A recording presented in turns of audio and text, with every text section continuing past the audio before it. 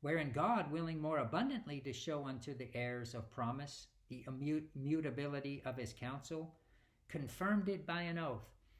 Now, that verse in the King James, if you look that up in the Greek, and I'm sure you all got Greek study tools, Bible dictionaries, interlinears, lexicons, what have you,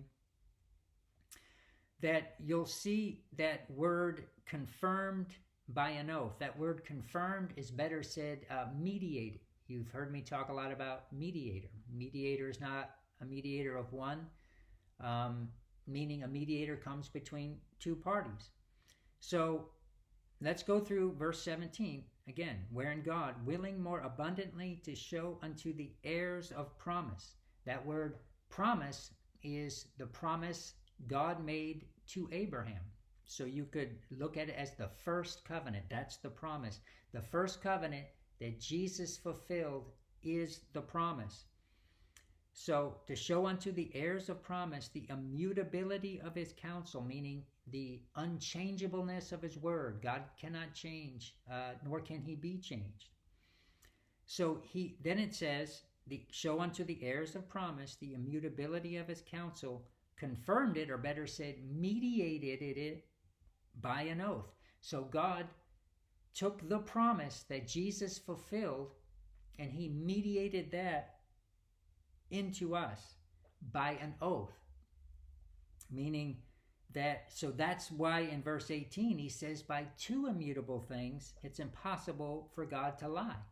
So the first immutable thing is the promise God made through Abraham to Jesus that he fulfilled, the fulfilled promise. The promises are fulfilled when Jesus rose from the dead.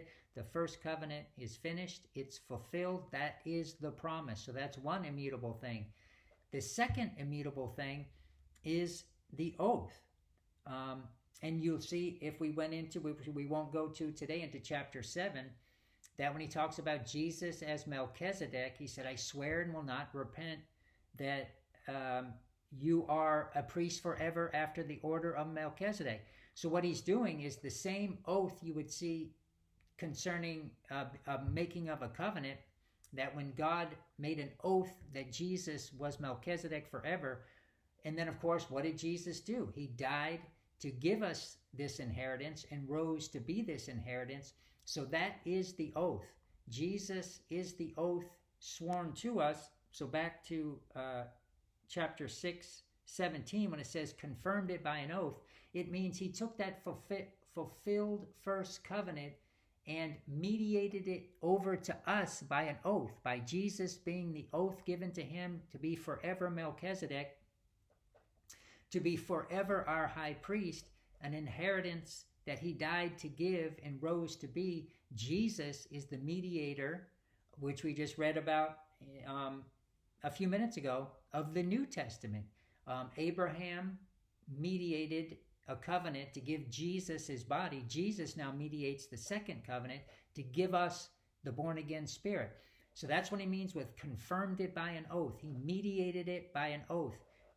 God, the first covenant made between the Father and the Son, Jesus, was fulfilled. That's the promise. It's fulfilled. The first immutable thing. The second immutable thing is God then swore an oath to us concerning Melchizedek, our high priest forever.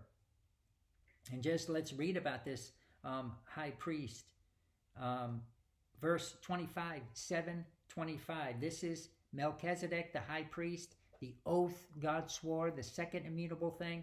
What he's doing by swearing this oath of Jesus as Melchizedek is he is mediating the fulfilled first covenant into us. That is the life we have in our spirit.